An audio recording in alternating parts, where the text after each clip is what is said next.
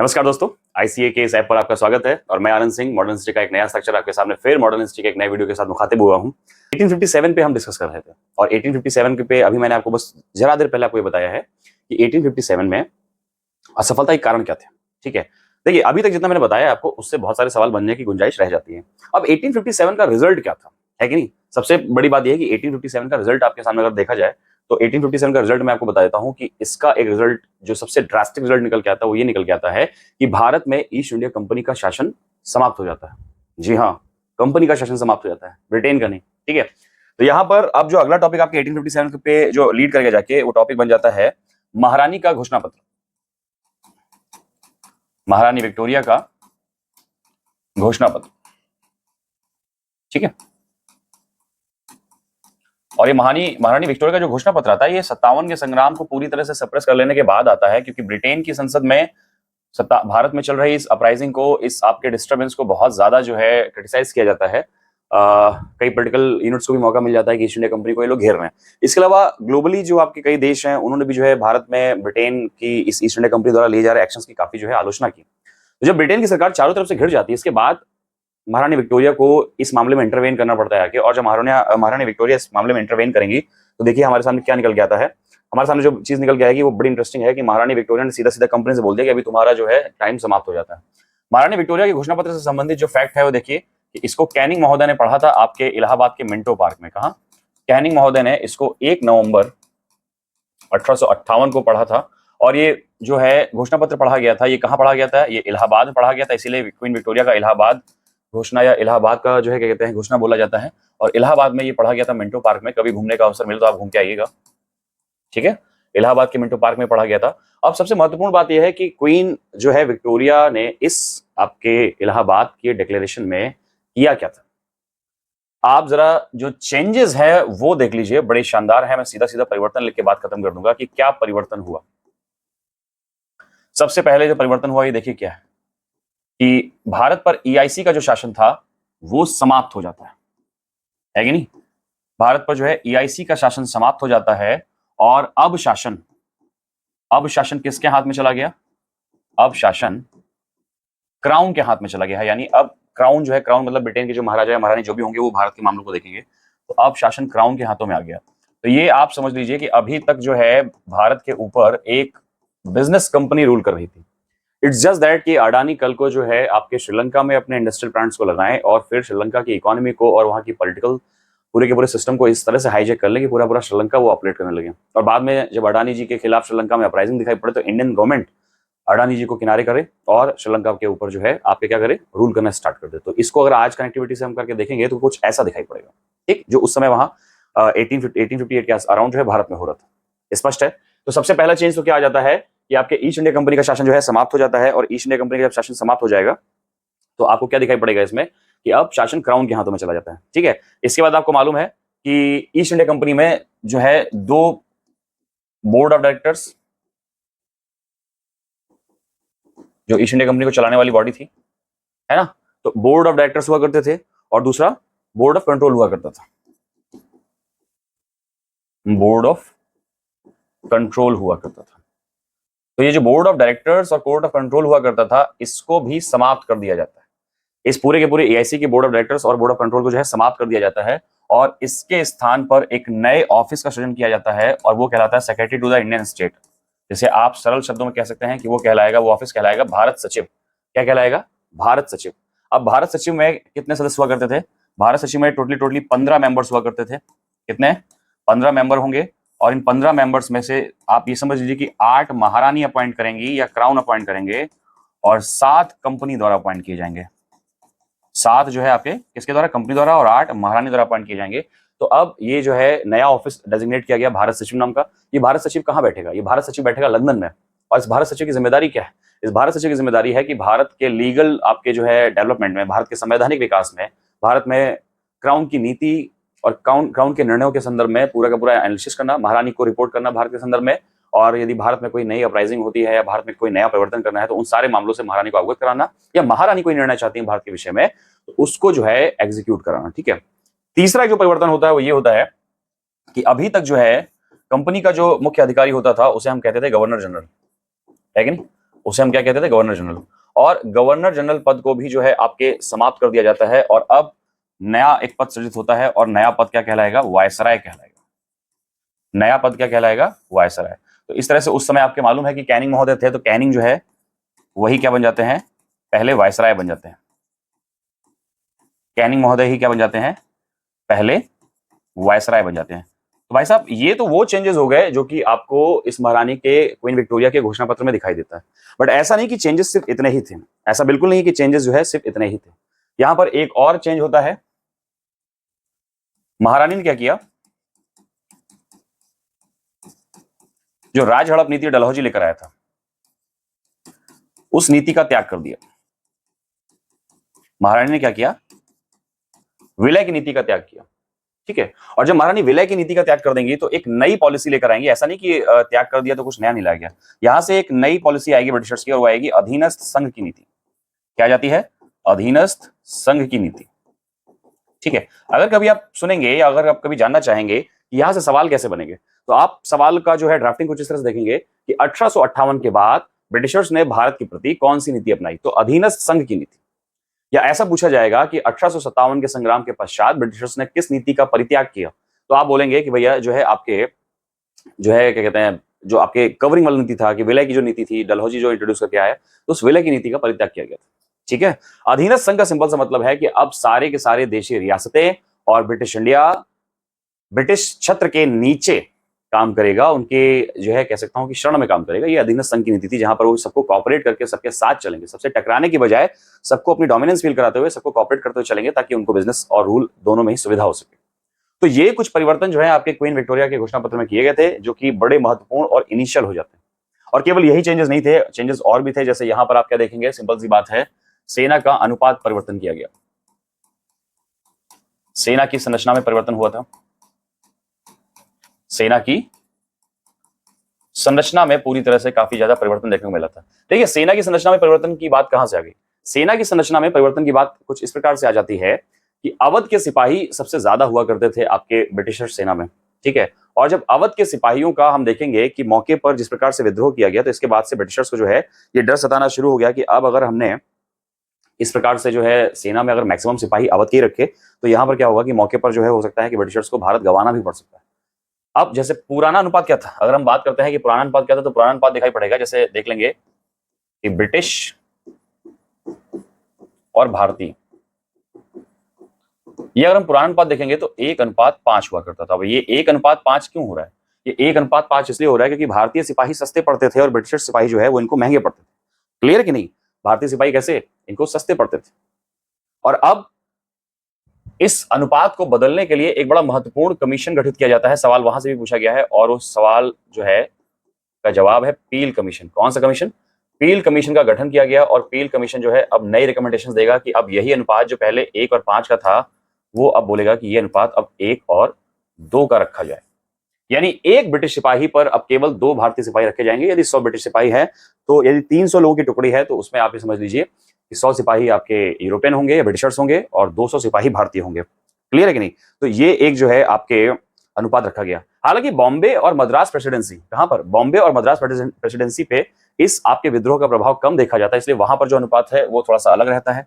हम देखते हैं कि बॉम्बे और मद्रास प्रेसिडेंसी में अनुपात क्या रहता है, बॉम्बे एवं मद्रास प्रेसिडेंसी का जो अनुपात रहता है, ठीक है, तो वहां पर ब्रिटिश, बी फॉर ब्रिटिश अनुपात, आई फॉर इंडियन का अगर हम देखें, तो वहां पर यह अनुपात जो है आपको 2:5 का दिखाई पड़ेगा। समझ रहे हैं, यानी 700 सिपाही हो तो उनमें से 500 सिपाही भारतीय और 200 सिपाही यूरोपीय या ब्रिटिशर्स। तो ये एक ठीक ठाक आपके क्षेत्र के आधार पर जो है सिपाहियों का जो है अनुपात यहां पर रखा जाएगा। दूसरा, 57 के पहले तक सिपाहियों की जो नियुक्ति हुआ करती थी वो मोस्टली अवध के क्षेत्र से होती थी। बात समझ आ रही है आपको। और अब क्या होगा कि यहां पर अवध, और आपके ये मान सकते हैं कि चाहे अवध हो, बिहार हो या मध्य भारत हो, यहां से सिपाहियों के बजाय गैर सैनिक आपके जो है कर्मचारी भर्ती होंगे। जैसे अगर यहां पर देखें कि कर्मचारियों की भर्ती में क्या नीति का परिवर्तन हुआ, तो कर्मचारियों में हम 2 कैटेगरी रख लेंगे, एक सैनिक और दूसरा देख लेंगे गैर सैनिक। कौन, गैर सैनिक। तो अभी तक ब्रिटिशर्स जो कि डिपेंडेंट हुआ करते थे अवध पर, अब वो अपना रुख सिपाहियों के मामले में दूसरी तरफ ले जाएंगे। उसमें आपको जो है सबसे पहले तो ये गोरखास की भर्ती करना शुरू कर देंगे, ये सिखों की तरफ जाएंगे, सिख सिपाहियों की भर्ती करना शुरू कर देंगे, ठीक है। ये पठानों की तरफ मूव करेंगे और अफगानी पठानों की भर्ती जो है आपके करना शुरू कर देंगे। यानी अवध के सिपाहियों को अब ब्रिटिश सेना में आप कम देखेंगे, ठीक है। क्लियर है कि नहीं? दूसरा एक चीज आप क्या देखेंगे, दूसरा आप ये चीज देखेंगे कि जैसे जो गैर सैनिक है वहां पे जो है अब आपके अवध के लोगों को गैर सैनिक काम दिया जाएगा, ठीक है। तो उसमें आपको अवध के, बिहार के और मध्य भारत के लोग दिखाई पड़ेंगे। तो इसमें अवध आ जाएगा, बिहार आ जाएगा। यहाँ के लोगों को अब सैनिक कामों की बजाय क्लर्कल काम दिए जाने शुरू हो गए। तो ये एक बहुत बड़ा परिवर्तन जो है आपके निकल के आता है सेना की संरचना में, ठीक है। अब देशी रियासतों के प्रति जो नीति आपको बताई है मैंने, देशी रियासतों के प्रति जो है इनकी नीति कौन सी आ जाती है, अधीनस्थ संघ की नीति आ जाती है। तो वहां पर हम देख लेंगे कि देशी रियासतों के प्रति कैसी नीति आ जाती है। देशी रियासतों की प्रति नीति, तो वहां पर एक बड़ा चेंज आपको देखने को मिलेगा। और ये बड़ा चेंज आपको क्या देखने को मिलेगा, जो मैंने अभी थोड़ी देर पहले बताया है कि यहां पर आ जाएगी अधीनस्थ संघ की नीति, अधीनस्थ संघ की नीति। यानी अधीनस्थ संघ का मतलब है कि अब रियासतों, ठीक है, या राजाओं के आंतरिक मामलों में कोई दखल नहीं होगा, आंतरिक मामलों में कोई दखल नहीं दिया जाएगा, ठीक है। देशी रियासतों की संप्रभुता का ध्यान रखा जाएगा। संप्रभुता मतलब उनके इंटरनल मामलों में जो है हम ज्यादा इंटरफेयर नहीं करेंगे, तो संप्रभुता का ध्यान रखा जाएगा। ये वो सारे चेंजेस हैं जो कि क्वीन विक्टोरिया भारत के लोगों को अश्योर कर रही हैं कि अब आपके साथ कुछ ऐसा नहीं होगा जैसा कि कंपनी शासन में आपके साथ जिस तरह का होता रहेगा। क्लियर है कि नहीं? तो ये सारी चीजें आपके निकल के सामने आ जाती हैं, ठीक है। और एक और जो है इंपॉर्टेंट बात निकल के आती है कि अब ब्रिटिशर्स कभी भी धोखे से भी जो है सामाजिक धार्मिक मामलों में कोई हस्तक्षेप नहीं करेंगे, ठीक है। ये जो धार्मिक एंड सामाजिक मामलों में कोई हस्तक्षेप नहीं करेंगे, ठीक है। तो ये एक बात बड़ी खास निकल के आती है। इसके बाद आप देखेंगे कि जैसे गोद लेना और दत्तक पुत्र, जिसको लेकर डलहौजी ने अपनी पॉलिसी बनाई थी विलय की नीति, इन दोनों ही नीतियों का परित्याग कर दिया जाता है। अगर कोई दत्तक पुत्र लेके किसी रियासत को राजा घोषित कर रहा है तो ऐसा जो है करने की अनुमति होगी। अगर कोई जो है आपके ये कह सकता हूं कि किसी को भी अगर वो शासन देने की बात कहता है तो ब्रिटिशर्स उनके इस मामले को अंदरूनी मामला मानकर किसी भी प्रकार से कोई जो है आपके दखल अंदाजी नहीं करेंगे। तो बड़ी उदारवादी नीतियां जो है इसमें अपनाई जाती हैं। अब इसके बाद जो है आप क्या देखते हैं कि इसके बाद 1860 में एक बहुत बड़ा चेंज किया जाता है। 1860 में एक बहुत बड़ा चेंज ये किया जाता है कि जो सिविल सर्विसेज हैं उसको एक ओपन कंपटीशन के तौर पे जो है खोल दिया जाता है। हालांकि उम्र कम कर दी जाती है, उम्र 23 से घटाकर जो है आपके कितनी 22 कर दी जाएगी। और 1866 में तो सिविल सेवाओं के लिए जो है उम्र एक और वर्ष घटा दी जाती है और उम्र कर दी जाती है 21 वर्ष, ठीक है कि नहीं। अब ये सिविल सर्वेंट्स का वो डेवलपमेंट क्यों कर रहे हैं? देखिए एक बात हमको समझ में आई थी ब्रिटिशर्स को कि इनका कोई भी जो है सामाजिक आधार नहीं था, इनके पास प्रशासन को कंट्रोल करने की कोई भी जो है इंस्टीट्यूशनल फ्रेम नहीं इनके पास मौजूद था। तो फिर क्या होगा कि यहाँ पर आपके सिविल सर्विसेज को स्ट्रॉन्ग किया जाएगा और उसमें भारतीयों को भी अनुमति दी जाएगी ताकि उनको भारतीयों के रूप में एक ऐसा सहयोगी दल प्राप्त किया जा सके जो कि विद्रोह में उनके समाज का हो और उनके समाज की बातें जो है हमारे ब्रिटिशर्स के पास तक लेके आ सके। क्लियर है कि नहीं? तो इस तरह से आप क्या देख रहे हैं कि 1857 के बाद महारानी का ये जो घोषणा पत्र मैंने आपको अभी पढ़ के बताया है ये काफी ज्यादा महत्वपूर्ण हो जाता है, ठीक है कि नहीं। अब एक चीज तो है, इस विद्रोह के बाद दो चीजें ऐसी देखी जाएंगी जो कि बड़ी ये कह सकता हूं कि डिस्टर्बिंग से हैं। एक तरफ तो ये रियासतों के प्रति बहुत ही सभ्यता बरत रहे हैं, एक तरफ इनकी जो पॉलिसी है वो देसी रियासतों के प्रति बड़ी उदार होकर आती है, लेकिन वहीं दूसरी तरफ इनकी कुछ बातें ऐसी हैं जो कि भारत को एक और अपराइजिंग की तरफ या ये कह सकता हूं कि एक और डिससेटिस्फाइड जो है ज्वालामुखी बनने के लिए तैयार करेंगे। 1857 के बाद ब्रिटिशर्स ने मुस्लिम अपीजमेंट शुरू किया, मुस्लिम तुष्टीकरण की नीति अपनाई और ये नीति उन्होंने तब तक नहीं छोड़ी जब तक देश विभाजित नहीं हो गया 1947 में। 1857 के बाद से उन्होंने क्या किया, जितने भी मुस्लिम स्कॉलर्स हैं, जितने भी मुस्लिम कम्युनिटी के लोग हैं, उनको ये पकड़कर विश्वास दिलाना शुरू किया कि तुम अल्पसंख्यक हो और यदि हम कहीं चले गए तो सबसे ज्यादा समस्याएं तुम्हारे समाज को झेलनी पड़ेगी। तो एक मुस्लिम तुष्टीकरण की जो नीति है वो अपनाई गई और इसी को हम अगर सरल भाषा में कह दें तो डिवाइड एंड रूल की पॉलिसी जो है वो 1857 के बाद से जो है ज्यादा देखने को मिलती है। दूसरी तरफ आपके नस्ली भेदभाव काफी तीव्र, काफी इंटेंस हो जाता है। जैसे Indian and dogs are not allowed in the cafe, restaurant, bars only. किसी भी सार्वजनिक जगह पर शाम को 7-8 बजे के बाद जो है भारतीयों को अलाउ नहीं किया गया, या कई ऐसे सार्वजनिक स्थान हुआ करते थे जहां के ब्रिटिशर्स अलाउ होते थे भारतीय अलाउ नहीं होते थे। तो इस तरह की जो पॉलिसी है आपके निकल के आ जाती है, जो कि ये कहलाती है कि भाई साहब जो है आपके अब संबंध वैसे नहीं रह गए।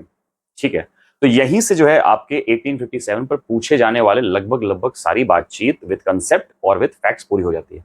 अच्छा, 1857 पे कुछ चीजें और भी पूछी जाती हैं, जैसे ये पूछ लिया जाता है कि 1857 पे लोगों का ओपिनियन क्या था, क्योंकि बहुत सारे लोगों ने इस संग्राम के बारे में, इसके स्वरूप के बारे में बहुत सारी बातें कही। कुछ लोगों ने इसे स्वतंत्रता संग्राम बताया, तो कुछ लोग कहते हैं ये आपके ईसाई धर्म के खिलाफ एक हिंदू और मुस्लिम षड्यंत्र था, तो कुछ लोग कहते हैं कि भाई एक सामंतवादी लक्षण था, सामंतवादी संग्राम था जिसमें कुछ राष्ट्रवादी ताकतें भी थी। कुछ लोगों का कहना है कि ये देश का प्रथम स्वतंत्रता संग्राम था, तो कुछ का ये कहना है कि ना तो ये प्रथम था, ना तो स्वतंत्रता संग्राम था, और ना ही राष्ट्रीय था। तो बहुत सारे लोगों ने बहुत सारी बातें कही, उस पर भी कमीशन ने क्या किया है, एक एक लाइन में क्वेश्चंस पूछे। ठीक है, तो उसको मैं क्या करूंगा, आपको जल्दी से जो है एक्सप्लेन कर दूंगा। जैसे अगर हम देख लेते हैं कि किसने आपके किस किस बारे में जो है क्या क्या कहा, स्वतंत्रता संग्राम के बारे में क्या क्या बात कहा है।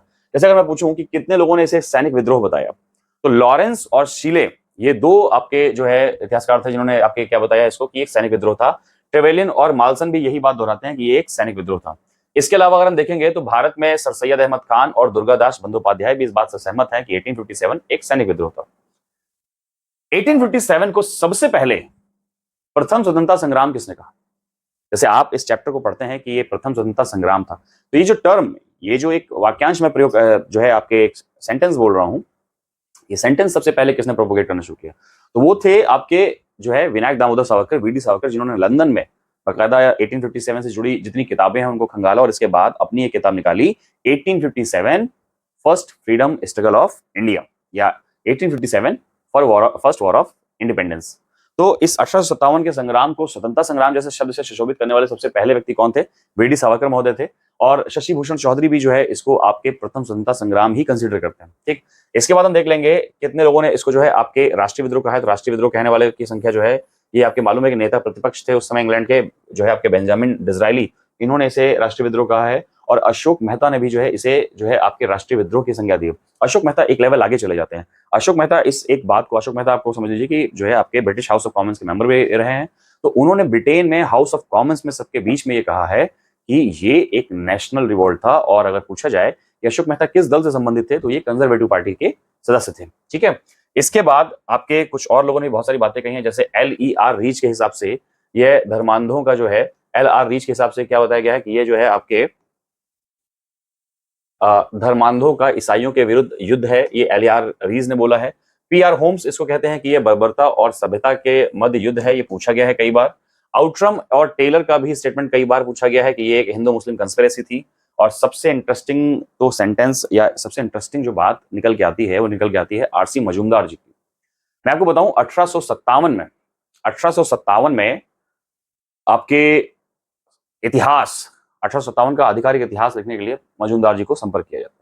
बट मजूमदार जी ने जब जो है इस मुद्दे पर अपनी रिसर्च शुरू की और जिस प्रकार के उनके पास पत्र आए, जिस प्रकार से इन राष्ट्रीय नायकों के बारे में सूचनाएं आई, इसके बाद जो है इनका ओपिनियन थोड़ा सा चेंज हो जाता है।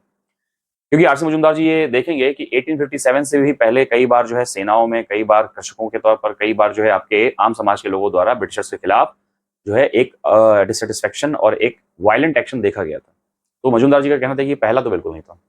दूसरा, अगर आप बोलेंगे कि क्या ये राष्ट्रीय था, तो अगर आप जब देखेंगे थोड़ी देर पीछे की क्लास लेकर जाएंगे और उसमें अगर आप ये देखेंगे कि कौन कौन से क्षेत्रों में कौन कौन लोग एक्टिव थे, तो आप ये देखेंगे कि ये 57 का संग्राम केवल नॉर्थ इंडिया यानी उत्तर भारत तक सीमित था। इसका पश्चिमी भारत या दक्षिण भारत में कोई बहुत व्यापक प्रभाव तो देखने को नहीं मिला। और अगर यदि राष्ट्रीय है तो आपको भारत के कोने कोने में ऐसा प्रभाव देखने को मिलना चाहिए था, बट ऐसा कुछ भी देखने को नहीं मिला। तो ये कहते हैं कि ना तो ये राष्ट्रीय था। अब तीसरी बात है कि ये स्वतंत्रता के लिए, कहते हैं कि स्वतंत्रता के लिए संग्राम था। तो RC मजूमदार जी इस बात से भी सहमत नहीं होते कि ये स्वतंत्रता के लिए किया गया संग्राम था। कारण क्या था? कारण इसलिए है कि आप ये समझेंगे कि यहाँ पर झांसी की रानी लक्ष्मीबाई इसलिए संग्राम कर रही ताकि उनकी झांसी उनको वापस मिल जाए। आपके बहादुर शाह जफर को हम क्या बनाना चाह रहे हैं? मुगल बादशाह बनाना चाह रहे हैं। तो स्वतंत्रता कैसी? हम फिर से एक राजतंत्र में ही आने वाले थे। तो इन्हीं सब मुद्दों को लेकर RC मजूमदार जी का कहना यह था कि ये ना तो पहला था, ना तो राष्ट्रीय था, और ना तो स्वतंत्रता के लिए कोई संग्राम था। JL नेहरू का भी कमेंट बड़ा महत्वपूर्ण हो जाता है, ये भी जो है कई बार पूछा गया है। और JL नेहरू का कहना है कि भैया ये जो है एक सामंतवादी विद्रोह था, क्योंकि इसमें मोस्टली जो है रियासतों के शासक लड़ते हुए दिखाई पड़े या रियासतों के शासकों के नेतृत्व में लोग लड़ते हुए दिखाई पड़े। इसलिए उन्होंने कहा कि एक सामंतवादी प्रवृत्ति का विद्रोह था जिसमें कुछ राष्ट्रवादी तत्व थे। उनका ये कहना था कि भाई सामंतों का विद्रोह जरूर था, बट ये एक भावना तो थी ही कि अंग्रेजों को इस देश से बाहर निकालना। ठीक है, तो इस प्रकार से जो है आपके यहाँ पर कुछ कथन जो इंपॉर्टेंट बन जाते हैं लोग कि वो भी 1857 से पूछे जाते हैं। 1857 पे कुछ किताबें भी लिखी गई हैं, उन किताबों पे जो है नजर मार लेते हैं। 1857 पे किताबें कौन सी लिखी गई हैं? तो किताबें जो है आपको दिखाई पड़ेंगी, कुछ महत्वपूर्ण किताबें जैसे अशोक मेहता की, जो मैंने आपको बताया था अशोक मेहता बड़े महत्वपूर्ण बन जाते हैं, क्योंकि उन्होंने हाउस ऑफ कॉमन्स में भी जो है बयान दिया था। तो आपके अशोक मेहता की जो किताब है द ग्रेट रिबेलियन, ये पूछी गई है। वीडी सावरकर, ये वही किताब थी जिसकी वजह से ये चर्चा शुरू हुई कि 1857 जो है देश का प्रथम स्वतंत्रता संग्राम था। ठीक है, तो इसको भी आपको याद रखना है। आरसी मजूमदार की किताब जो है ये बड़ी महत्वपूर्ण हो जाती है, सिपाही matinee and rebellion of 1857। Clear है। शशि भूषण चौधरी आपको मालूम है ना कि ये वीडी सावरकर के साथ दूसरे व्यक्ति थे जिन्होंने इसे जो है आपके प्रथम स्वतंत्रता संग्राम बताया, तो उनकी भी किताब निकल के आती है, सिविल रिबेलियन इन इंडियन म्यूटेनी निकल के आ जाता है। सर सैयद अहमद खां जो है आपके ये वो व्यक्ति थे जिन्होंने इसको सैनिक विद्रोह बताया था। NSA on the cause of Indian revolt की बात जो है नामक किताब इन्होंने लिखी थी। इसके बाद पूरन चंद्र ज्योति या पीसी जोशी जो है वो रिबेलियन ऑफ 1857 लिखते हैं। अब एक अगर आधिकारिक बात मैं करूं कि 1857 पर भारत सरकार द्वारा कोई आधिकारिक इतिहासकार अपॉइंट किया गया हो जिसने भारत का ये 1857 की घटनाओं का एक आधिकारिक इतिहास लिखा हो, तो आधिकारिक इतिहासकार जो है अपॉइंट किया गया था 57 पर, वो थे एस एन सेन। कौन थे? एस एन सेन, जो कि इस आपके 57 के संग्राम के आधिकारिक इतिहासकार माने जाते हैं। ठीक है, तो 1857 के इस संग्राम के संदर्भ में मुझे नहीं लगता कि अब इतनी ज्यादा चर्चा कर लेने के बाद भी कोई क्वेश्चन बचा रह जाएगा। अगर कोई क्वेश्चन बचा रह जाएगा तो उम्मीद करो, या ये कह सकते हो, मैं दावा कर सकता हूँ कि कमीशन ने उस क्वेश्चन को बचा रहने के लिए ही डाला होगा, ताकि कोई ना कर पाए, है कि नहीं? वैसे भी आपको मालूम है कि 70% का स्कोर सेफ रहता है, 30% जो आप नहीं कर पाते उनमें से कुछ इक्का दुक्का क्वेश्चन ऐसे आ ही जाते हैं कि वो कोई नहीं कर पाता। ठीक है कि नहीं? तो 57 पे जो आपके बड़ी महत्वपूर्ण सी क्लास हमारी खत्म हो चुकी है इस पर। ठीक है, नेक्स्ट क्लास में हम क्या करेंगे, आपके पुनर्जागरण आंदोलन के संदर्भ में जो है एक लंबी चर्चा शुरू करेंगे। पुनर्जागरण आंदोलन भी एक बहुत बड़ा चैप्टर बन जाता है आपके लिए। और पुनर्जागरण आंदोलन की अगर मैं बात करूं आपसे, तो इसमें हम क्या देखेंगे कि इसमें हिंदू धर्म सुधार, मुस्लिम धर्म सुधार, सिख धर्म सुधार, पारसी धर्म सुधार, ये तो धर्म सुधार आंदोलन हो गए। दूसरा एक समाज सुधार आंदोलन भी चलता है, तो कौन कौन धर्म सुधार थे, कौन कौन से समाज सुधार थे, कौन कौन सी किताबें उन्होंने लिखी, कौन कौन से संगठनों का उन्होंने जो है आपके निर्माण किया। एक धुर फैक्चुअल टॉपिक है, यहाँ से ज्यादा कॉन्सेप्ट बनने की गुंजाइश नहीं रहती। ठीक है, तो उसका जो है उसकी चर्चा हम अपनी नेक्स्ट क्लास में करेंगे। तब तक 1857 पे जितने पॉसिबल हो सके क्वेश्चन लगाइए, और आईसीए के इस एआरओ परीक्षा को जो है से संबंधित जो हम कोर्स चला रहे हैं, इसको केवल अकेले अकेले एंजॉय मत कीजिए, ज्ञान बांटने से बढ़ता है। ठीक है कि नहीं? तो जितना पॉसिबल हो आप इसको जो है शेयर कीजिए लोगों में। और इसके अलावा हमने जो है आपके एपीएस के लिए भी कोर्स लॉन्च कर रखा है, अगर आपको जानकारी हो तो। जो भी एपीएस के लिए इच्छुक हो उन तक लगातार आईसीए के हमारे इस ऐप के माध्यम से जो कोर्स हमने लॉन्च किया है वो ज्यादा से ज्यादा लोगों तक पहुंचाइए। आपका इतना सहयोगी हमारे लिए काफी प्रेरणादायी होगा।